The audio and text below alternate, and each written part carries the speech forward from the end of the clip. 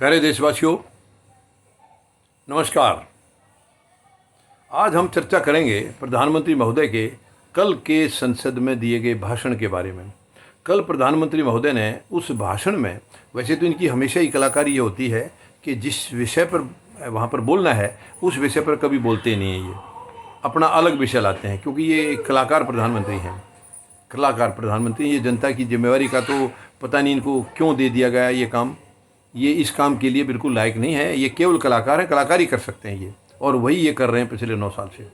यानी इस कल के भाषण में उन्होंने, यहाँ मैं किसी भी सरकार का कोई समर्थन या उसके खिलाफ कोई बात नहीं करूँगा कि पहले की सरकार अच्छी थी या ये ख़राब है। मैं ऐसा कोई कंपटीशन यहाँ नहीं करूँगा।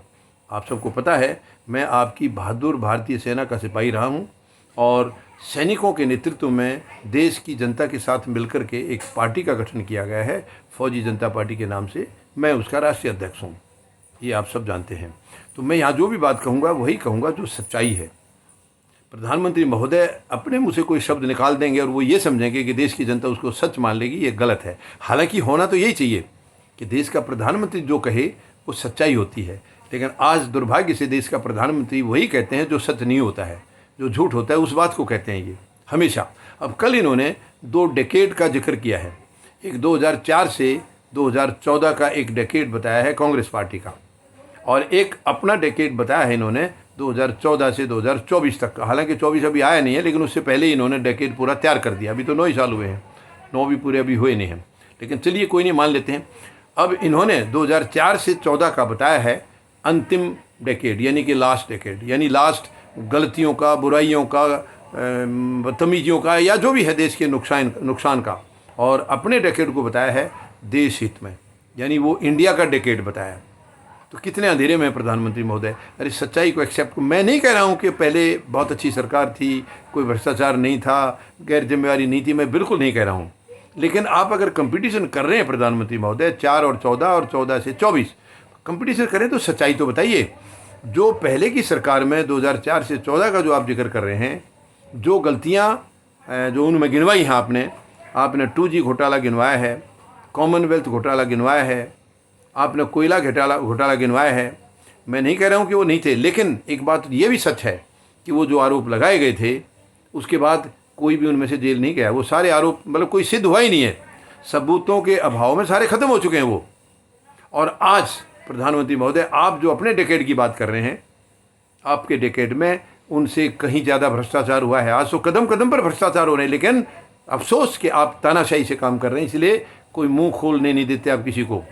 आप जो मुंह खोलता है आप ईडी, सीबीआई और इनकम टैक्स को पीछे लगा देते हैं, जो कि आपने कल उदाहरण भी दिया है एक। कल आपने ये कहा है प्रधानमंत्री महोदय कि जो काम जनता नहीं कर पाई, मतदाता नहीं कर पाए, वो ईडी ने करके दिखा दिया है।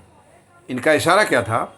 ये अपने चुनाव को 2019 वाले को ये जस्टिफाई कर रहे हैं कि जनता ने इनको चुना था। प्रधानमंत्री महोदय, जनता ने नहीं चुना आपको, आप भी जानते इस बात को, ईवीएम मशीन ने चुना है।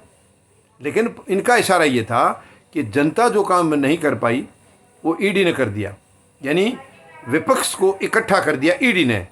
प्रधानमंत्री महोदय, ईडी तो आपका हथियार है, ईडी आपका नाजायज़ हथियार है। आप उस हथियार को भी अपने पक्ष में ले जा रहे हैं।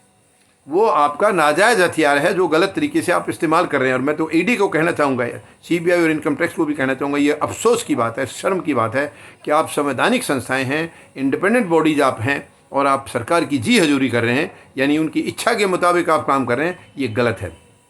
आपकी जवाबदेही देश के प्रति है, देश की जनता के प्रति है, न कि किसी सरकार के प्रति।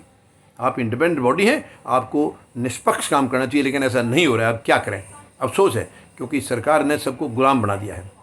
लेकिन प्रधानमंत्री महोदय, डेकेड आपका भी याद रखा जाएगा। राफेल का जो घोटाला है, राफेल का, ये सबसे खतरनाक घोटाला है। लेकिन अफसोस, आवाज़ कौन उठाएगा? आप किसी को बोलने नहीं दे रहे हैं। ये स्वर्णिम युग आपका नहीं है, उनका भी नहीं है, मैं उनका भी नहीं कह रहा हूँ, लेकिन आप अपनी पीठ मत थपथपाइए कि आपने बहुत अच्छा किया है। ये देश जानता है, और जिस दिन आप सत्ता से बाहर होंगे तब आपको पता चलेगा ये क्या था, ये स्वर्णिम युग था या नहीं था, वो आपको बाद में जनता बताएगी। धन्यवाद। जय जवान, जय किसान, जय हिंद।